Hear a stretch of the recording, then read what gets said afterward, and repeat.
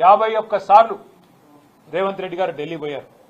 51 సార్లు పోతే కూడా ఈయన ముఖం చూసి కనీసం 51 బస్తాల ఎరువులు కూడా ఇవాళ కేంద్ర ప్రభుత్వం మంజూరు చేయలేదు. ఇంకా ఘోరం ఏంటంటే వాళ్ళ రాష్ట్రంలో గ్రామాలలో పుట్టినరోజు బహుమతులుగా ఎరువుల బస్తాలు ఇచ్చుకునే దుస్థితి వచ్చిందంటే ఇంతకు మించిన సిగ్గుచేటు ఒక ప్రభుత్వానికి ఏది ఉండదు. ఇంకొక మాట కూడా అడగాలి ఈ సందర్భంగా. రాహుల్ గాంధీ గారు కేంద్ర నాయకత్వం, కాంగ్రెస్ పార్టీకి సంబంధించిన నాయకత్వం, ఖార్గే గారు ఎన్నికల ముందు వస్తారు, డిక్లరేషన్లు అంటారు. వరంగల్లోనైతే పెద్ద పెద్ద మాటలు చెప్పిండు రాహుల్ గాంధీ.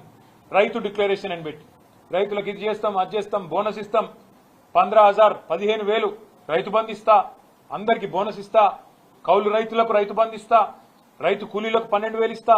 ఇన్ని చెప్పిన రాహుల్ గాంధీ రైతు డిక్లరేషన్ లో ఇవాళ ఎరువులు దొరకపోతే పార్లమెంట్ లో నీ నోరు ఎందుకు తెరుస్తలేవు?